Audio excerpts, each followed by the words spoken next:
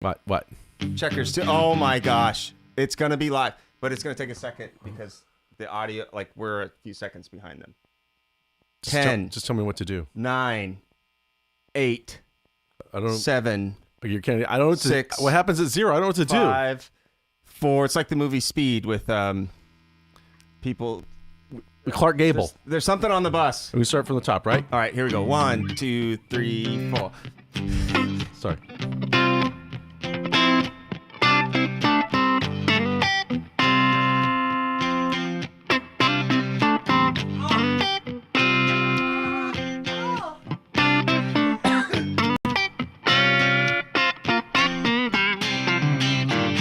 Okay, we're just gonna start all over again. We lost we lost 8 minutes. Welcome to Eugene and Dylan's Guitar Show with sound. I'm not ruling out Russian collusion. You know what? That's the only likely answer. That's the only option, is that the Russians somehow got involved with our audio. It was not Dylan. I held my guitar while I was typing. Oh yeah, you was so busy working there. I'm Eugene Edwards. I'm going to redo the whole thing. I'm Eugene Edwards over here. That's Dr. Dylan Caligiuri over there, and we're doing a deep dive on Wynonna Judd's No One Else on Earth. And I see people in the chat. That's what I was saying. Like, I was listing everybody and where they were. I was congratulating Craig and KC for his Super Bowl title. I see Mara Lee's there. She's going to be in the workshop. She's already signed up. Was in silent film. I was having a ball. So Eric, we were profanity. It was all profanity. Not. And I was just saying hi to everybody and where they were. Yes. And saying that if you want to join our workshop that will start in 20 minutes now, and we have like 7 different assets. So we've got a lot to cram in there for the workshop. Join Mara Lee. Like I said, she's already signed up. The link to join is right there in the comment section. Dylan put it there. It's got a yellow highlighter and stuff. But the song we're focused on right now is No One Else on Earth. Valentine's Day. Bit of a Valentine's thing. No one else on earth could make me feel the way you do. And she was a redhead, so Valentine's. Now, of course, this is real quick history. This was like a massive single off of Wynonna's first solo album. She'd been with her mom for like a decade, and she does like a solo album. I credit the compression. This could be a deep dive on compression and out of phase strats. So, but real quick, so like the first single off the record was like this acoustic ballad thing could have fit on a Judd's album. The second one has a little more life. Okay, we're getting there. But this was the secret weapon, because this it's really an R&B tune. And the bass player on the track is a man named Willie Weeks. And if anybody looks up Willie Weeks, you'd be astonished on how many records and he was like a funk, jazz, fusion, R&B wizard. In fact, he's playing bass on Tell Me Something Good by Rufus. Like, wow. So yeah, he has, so they've got like solid R&B guy on this. One of the guitar players, John Lewis, he has been in the Eagles for at least 20 years now. Maybe that's another deep dive. Anyway, the track is fantastic, and she sings her butt off. But let's talk about the guitars. Yeah, and it's got this beautiful chord change in it. This really ominous chord that we're going to talk about here. That really got my attention when this record. And by the way, it was #1 for 4 weeks on the country charts. That same year, there was a couple other songs that held 4 weeks or more. Just a little. So there was a little ditty called Boot Scootin' Boogie, which did well for a couple of young lads. You may have heard of that. And one of the other ones was a little thing called Achy Breaky Heart. That also held 4 weeks or more. Wow. So this is one of the records that really dominated the country charts in a single year. Somebody look up the year. It's either 92 or 94, and for some reason I've got the two. But you can't use Wikipedia. Oh, no, they can. I just can't because I don't have use it. Okay, so the intros. This is a really great, if you're working on your power chords. Yeah. What a great intro, because it's a G power chord at the 3rd fret, then a C power chord at the 3rd fret, but root on the 5th on the A string, then an F power chord root on the D string. And you can tell he's on the D string. You can hear it. Oh, yeah, you can hear because you can hear the unwound G kind of really popping. They weren't afraid to use the D string chords. Just two downstrokes. I'm using my pinky. I shouldn't do that. Sorry. That's what's happening underneath in the intro. Then a second guitar plays a lick, and I'm going to switch to Dylan's camera so you can see the lick here. So, sorry, I'll count. 1, 2, 3, 4.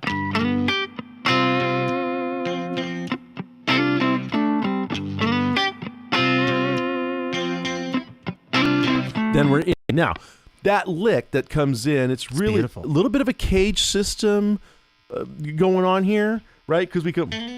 That's just a little dyad thing over those are sixths. Those are sixths, but not the mark of the beast six, just the regular one. Just 1/6. The kind you can take home with your family. And then it goes, since the progression goes to an F chord, it kind of plays this triad here. Oh, sorry, that's you. Ha! This one right here, which is really a C-shaped F major chord at the 5th fret, but we're just playing the D, G, and B strings. And then it's just this C major triad, which is the D, G, and B at the 5th fret with one finger. So, oh yeah, very Stonesy at that point.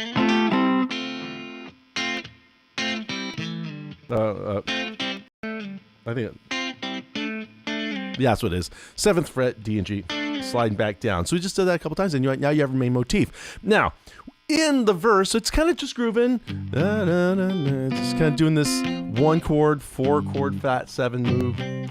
It's kind of rocking there. She's singing. Now, there's a lift. So this is a little section of a song before it really goes into the chorus properly, right? And so the lift, we'll talk about the song parts later on, but the lift into the chorus is this really cool thing over the 4 chord. We hear she sings. Now I'm going to change my positioning here so we hear.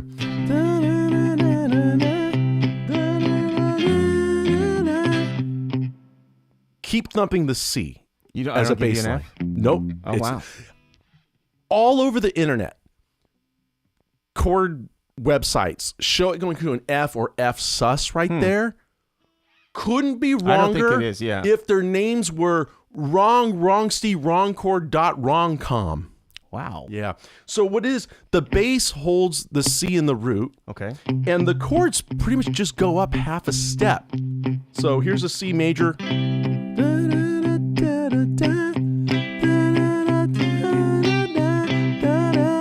Now the 5 chord. Now we're in the else on earth. But let's talk about that weird chord.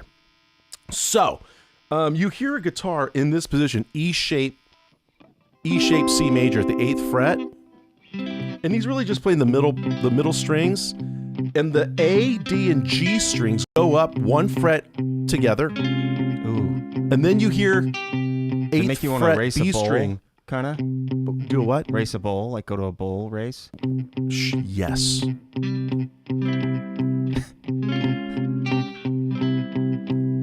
So it just kind of does this weird levitation. It's kind of really mysterious. But it's from Spanish music. And you hear, well, I'm going to have you explain this in a second. You hear the keyboard playing the chord like a synth pad sort of thing. And you actually hear the synthesizer, like the whole chord moves up. But just the guitar does this move. Keep going. Which is really, takes really you back hip. home for a second. Really, really hip. So this comes from Spanish music, you say? Yeah, it comes from like the Moorish influence, almost an Arabic. Like an Arabic. So it's like.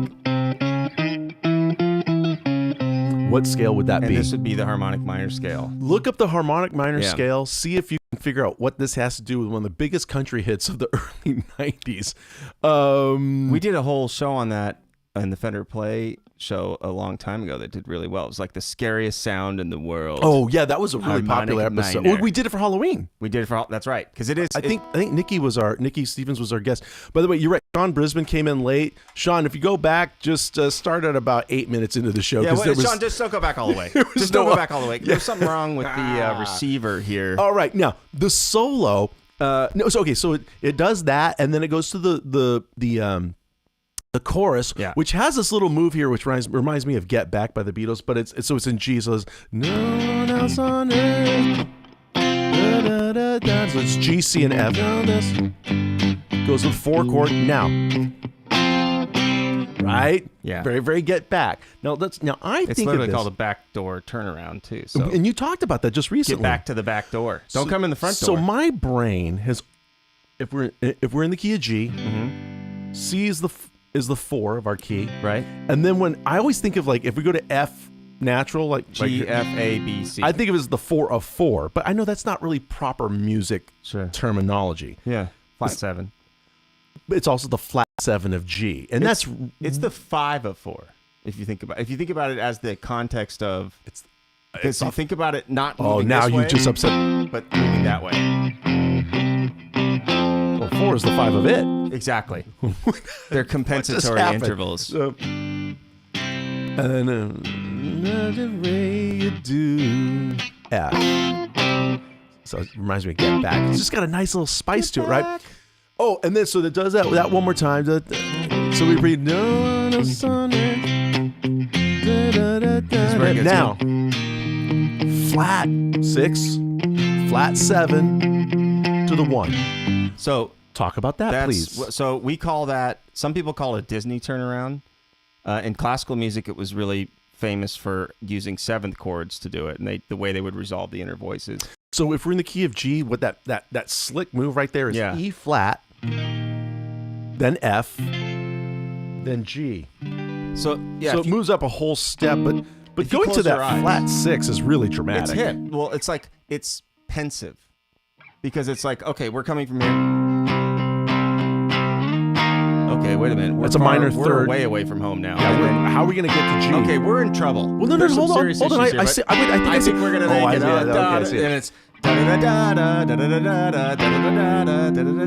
like a Spielberg movie. Exactly. Like every movie. The end of The End by the Beatles, that whole medley, it's in C. And the love you take is equal to the love you make. But a C major, D over C.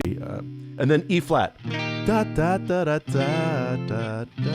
Now that time it was minor third 4 to 1, but it still has that very cinematic. And if you want the Disney sound, it'd be.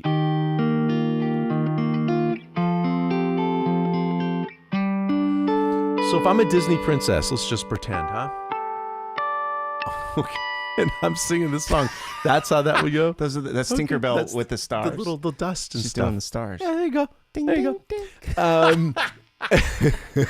I hope we don't get sued.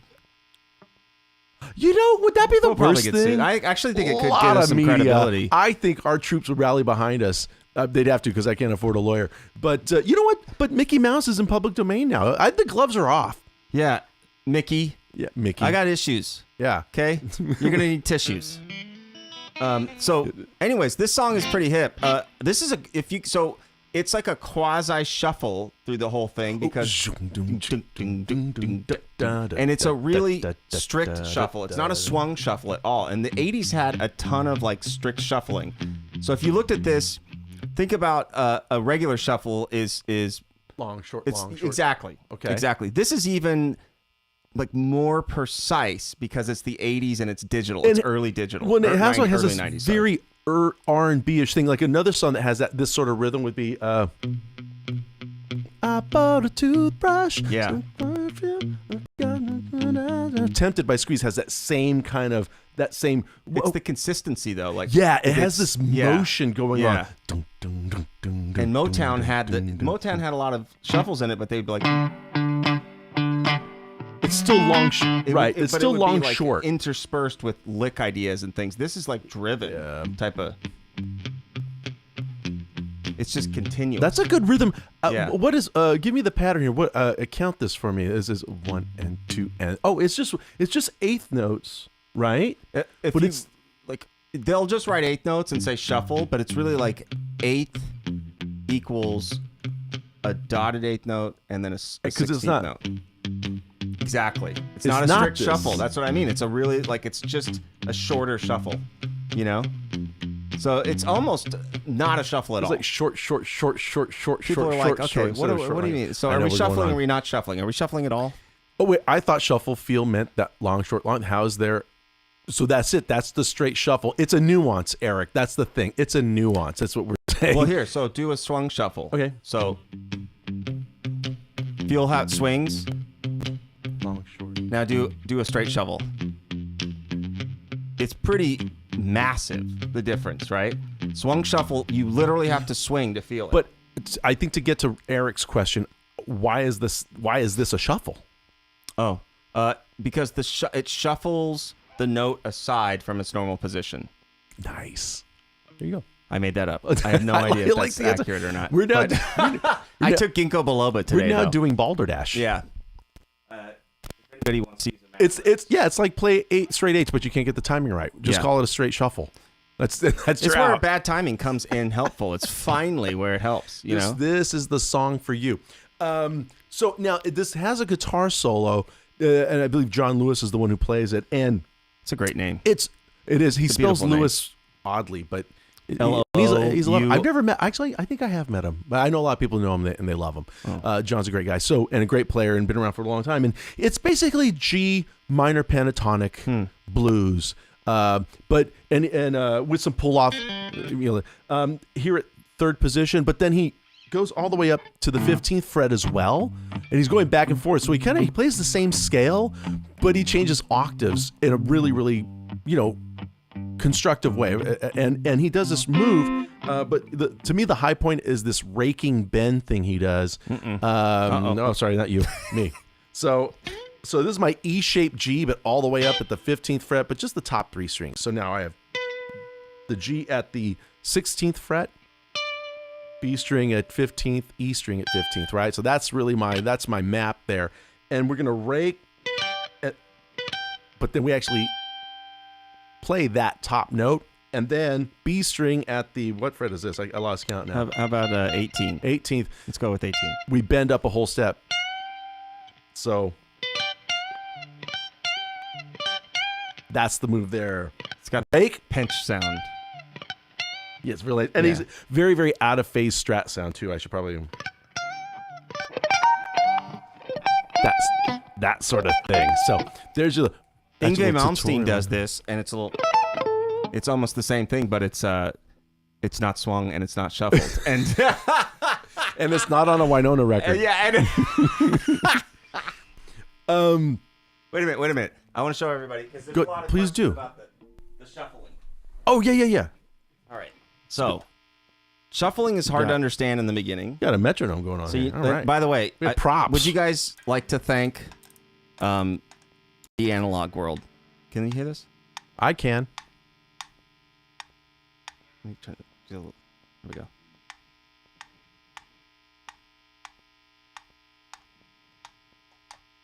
All right. I think okay. you're hearing that. Hopefully. Make that 2 and 4. Go 2, 3, 4, 1, 2, 3, 4, and start by going 2, 4, 2, 4 at home. 2, 4, 2, 4. Now count 3 in between 2 and 4. 2. Ready? 2, 3, 4, 1, 2, 3, 4, 1, 2, 3, 4, 1, 2, 3, 4, 1. Now I'm rushing.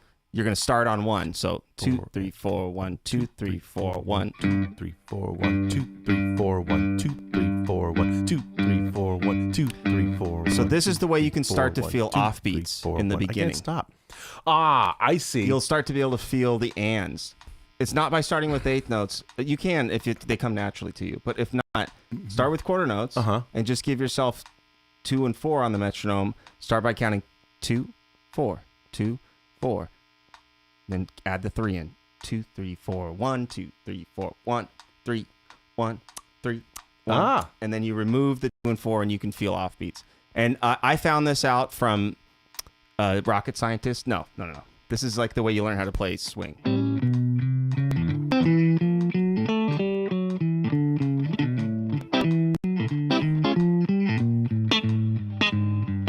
I got the world on a string. I just thought I'd sing in a completely different key.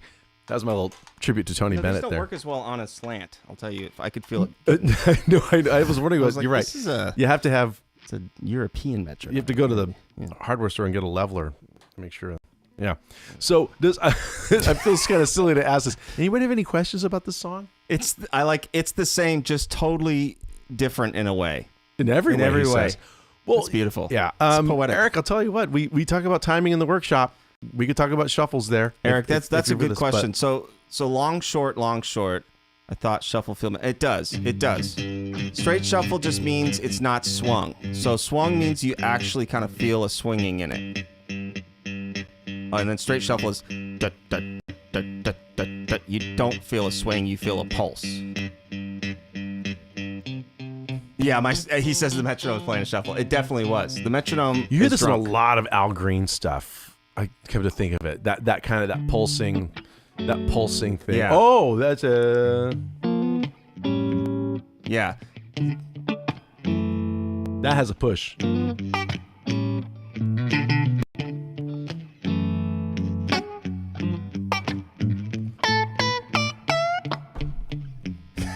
That's Marvin Gaye, not Al Green. But I'm but sorry, the point is still taken. It's kind of just has this. But that's what Wynonna did. She pretty much had this massive. And Willie Weeks is the bass player, by the way. Willie Weeks is playing bass on this thing. He's played for everybody. A lot of Clapton stuff. And look up Willie Weeks. He's massive player. Anyway, so he's handling that. He's really kind of controlling that groove. He and the drummer obviously are doing a great job of creating this massive pocket. And she just what? I want to get before we lose you guys, tell us some songs that you'd like us to deep dive on. Yeah, and give us some notes about what you think about Eugene's selection of No One Else on Earth. It's actually like an underrated song that I learned. It's kind of a country must know, to be honest with you. Oh yeah, well. You know what I mean? Yeah, because this one it really shows off a female singer in a great way. It just has a lot of body to this song, and the melody's kind of great, and it's great for the dance floor because of that. It's just got a great groove, and it's got this. Which you don't hear that in Taylor Swift songs, right? Oh, you're going down now. Am I? Yeah, you just kind of diss Taylor. Okay. And then they're going to come after you. They'll find you somehow. This is more than the IRS or the NSA or the ATF. You're just looking for Swifties, man. Like, listen. Yeah, Swifties. You need to run and hide. I, for one, like you and support you. He loves it. He believes in it. I acquiesce. Mm-hmm. I can't take anymore. And by the way, do I have to explain what acquiesce means to the Swifties? Oh, God, no, I did it. You will have to explain the amount of reverb used on this song. So give us some ideas about what you guys want to hear.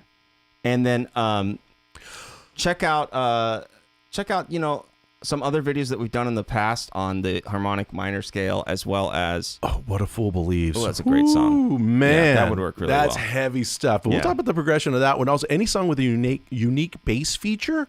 That's a really Eric. That's a great one. Actually, there's many songs where the bass is kind of the secret sauce to it, or is doing something unusual. I actually think of the guy Herbie Flowers. He's a British session musician. And he played on tons of early David Bowie stuff, and he never goes where you think he's going to go.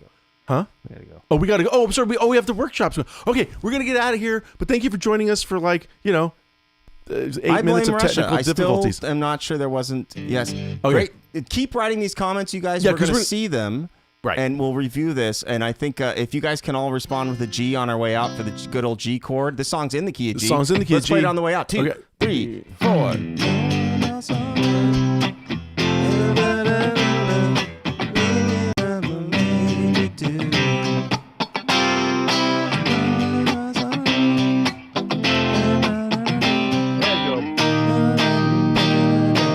Big G from everybody now.